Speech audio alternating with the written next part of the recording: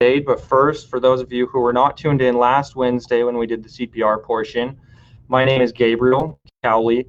I'm from Salt Lake City, Utah, and born and raised here. Went to East High School and then later graduated from the University of Utah in Spanish. I learned my Spanish by living in Mexico City for a number of years. I loved my time there. Here on the screen, you can see a couple of photos of me. I love being outdoors. I love animals. I also love to travel. That picture there is with my girlfriend Jane of 4 years. We were in Sevilla, Spain. And yes, I've been an instructor for Save a Heart for roughly 2 years. I've been helping out with some other things before that, but as of now, I'm an instructor in Spanish and English for CPR and First Aid, BLS. And so a little bit about Save a Heart. We are a training facility, a local training facility here in Utah.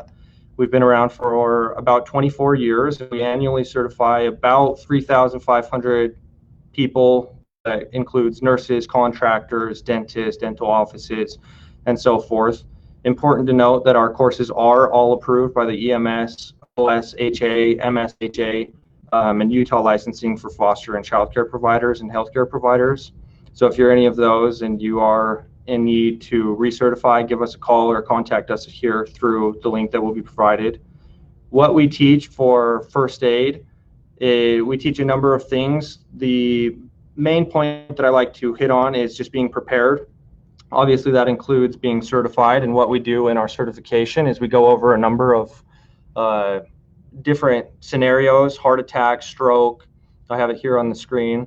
Allergic reaction, breathing difficulties. That includes, in our CPR, we do the Heimlich maneuver and the 5 and 5 for foreign airway obstructions or choking. We also talk a little bit about that in first aid as well with head and neck injuries, and you can see the list. It goes on and on. So with a lot of that is, a lot of the first aid is exactly that. It's being prepared and having a first aid kit that you know how to use and you feel confident and competent to use.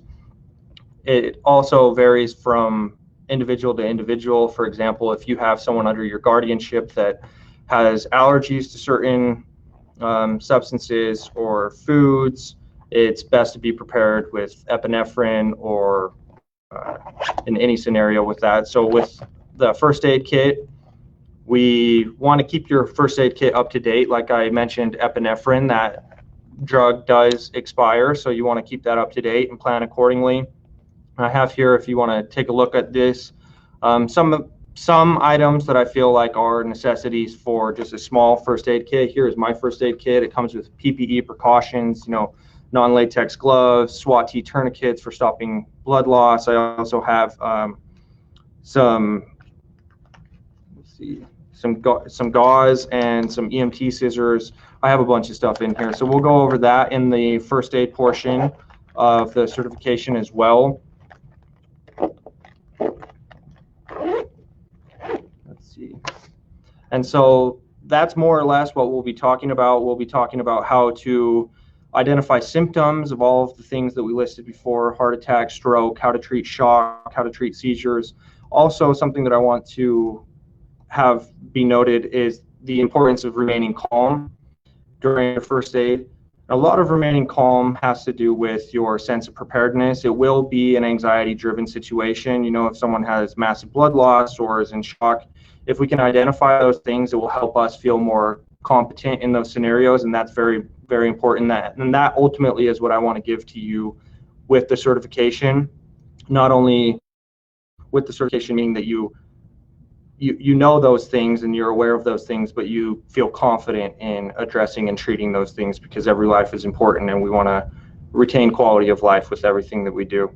So this has just been a brief summary, brief introduction as to what we talk about with our first aid certification. Join us this Friday at 4 o'clock, and we'll be going over CPR and first aid. So there will be more in the description below, and you can join by clicking this link that you see here.